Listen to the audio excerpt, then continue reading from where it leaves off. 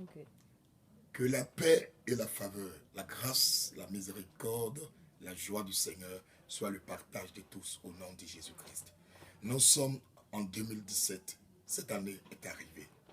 Année de faveur divine, année de grâce excellente, année d'intimité avec le Saint-Esprit, année de résurrection, année de témoignage pour plusieurs d'entre nous. Je dirais même pour tous. Chers amis internautes, je suis pour vous Maï Roland, leader des églises Caravane pour Christ et du ministère Sauver pour Sauver. Nous sommes basés à Abidjan, Yopougon, Niangon, la cité Coprim, Zénith au Carrefour pour Christ. Et vous savez, mes voeux en cette année vont d'abord à l'endroit du corps de Christ, de l'église de Dieu. Nous sommes l'église vivante du roi. Nous sommes l'église de Dieu, l'église sur laquelle il compte pour avoir de l'influence sur ce monde.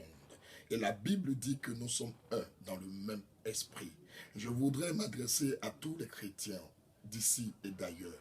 Nous n'avons pas à nous calomnier, nous n'avons pas à nous quereller, nous n'avons pas à nous accuser vainement, nous n'avons pas à perdre le temps à discuter sur des sujets de doctrine qui, à la vérité, ne sont pas forcément des sujets qui ont un trait au salut. Nous avons une mission, c'est de gagner l'humanité. Jésus a dit, je vous envoie, nous sommes envoyés. Jean 15, verset 16 dit, je vous ai choisi, je vous ai établi, afin que vous alliez, que vous portez du fruit, que ce fruit demeure. C'est alors que tout ce que vous demanderez au Père, en mon nom, il vous le donnera. Donc notre objectif, ce n'est pas de dire que je suis le mieux oint, je suis le plus utilisé, je suis le plus utile à Dieu. Chacun a son mandat selon que Dieu le veuille. Chacun a sa mission selon que Dieu le lui a confié. Et donc chacun a un plan et un compte à rendre à Dieu. Nous n'avons pas à lutter contre la chair et le sang. Chacun est utilisé par Dieu pour une œuvre commune.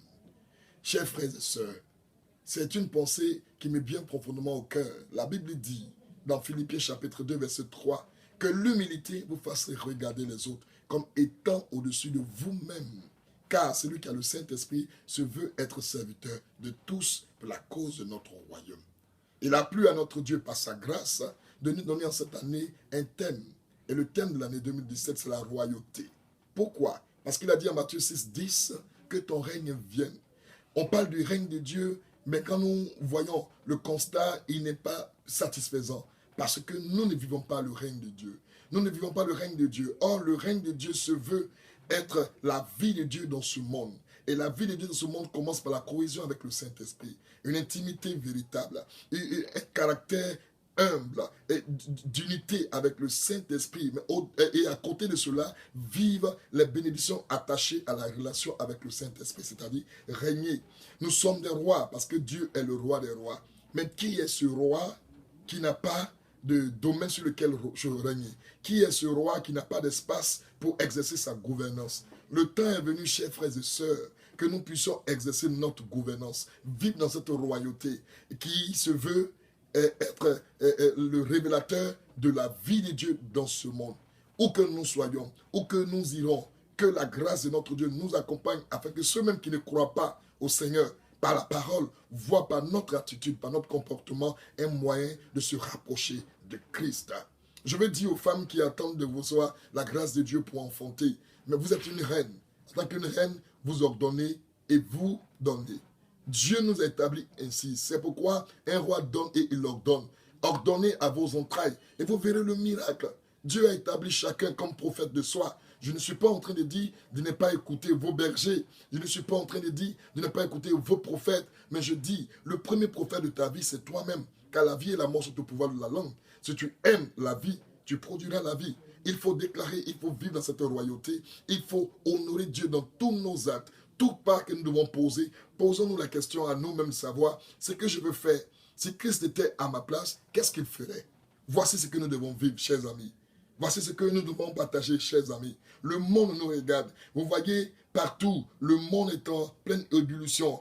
Toutes les croyances démoniaques, les croyances erronées sont en train de prendre l'ampleur. Mais l'Église de Dieu qui est la vie, qui est le sel de la terre, qui doit apporter la vie, Malheureusement, son sel est en train d'être dilué. Nous devons nous relever. Nous devons nous lever. Nous devons mettre un frein à toutes ces disputes, à toutes ces calomnies et regarder à l'utilité commune. Personne ne cherche à être chef de qui que ce soit. Nous sommes établis tous comme des serviteurs. Si nous comprenons l'essence de notre appel, si nous avons compris que nous ne sommes que des serviteurs pour le peuple sur lequel Dieu nous a établis, nous ne serons pas en train d'échanger dans des conflits inutiles, mais nous serons en train de servir Dieu en prenant soin du troupeau sur lequel il nous a établis. Je vous invite à vivre cette royauté dans la sainteté. Je crois, et je le dis, et je l'ai vécu, et je le dis. Toute personne qui consacre sa vie à l'Éternel et qui vit sainement et qui vit dans la sainteté, dans la pureté, reçoit toujours son miracle. C'est ça le tout possible. C'est ça le tout est accompli. On ne peut pas s'attendre à Dieu et puis vivre contrairement à la volonté de Dieu. Toutes les prophéties que vous avez reçues sur votre vie s'accompliront à la seule condition que vous vivez selon le plan divin. Et à côté de cela, que vous passez à l'action. Parce que vous allez voir, à la différence de Saül, David a reçu l'huile, il a reçu la grâce de Dieu pour devenir roi. Mais entre la consécration de David pour la royauté et la pratique de la royauté, il y avait un pont. Et dans ce pont, vous allez voir que Dieu s'est tué. C'est David dans ses propres actions, en défiant Goliath, en triomphant de Goliath, qui a permis que plus tard il soit établi dans sa fonction. Dieu a dit que tu es roi. L'Éternel a dit que tu es une reine. Les paroles ont été prophétisées sur ta vie. Ce n'est pas que l'homme de Dieu qui a prophétisé sur ta vie en décembre 2015 a menti parce que tu n'as rien vu en 2016. Mais il a prophétisé qu'est-ce que tu as fait toi pour que cette parole puisse être accomplie. C'est pourquoi il est important, chers amis, de rentrer en nous-mêmes et de marcher comme Dieu veut et d'agir comme des rois. Que le Seigneur vous bénisse. Je vous aime d'un amour profond en Christ. Amen.